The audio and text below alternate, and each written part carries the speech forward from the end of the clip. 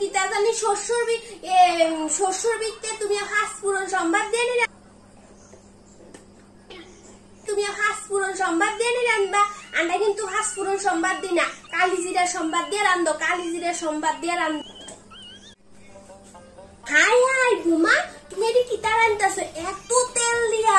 আমরা তো এত তেল দিই না, অল্প অল্প তেল দিয়া রান্ধি। এত তেলের তরকারি আমরা পছন্দ করি না, এত তেল দিয়া রান্ধো না, অল্প তেল।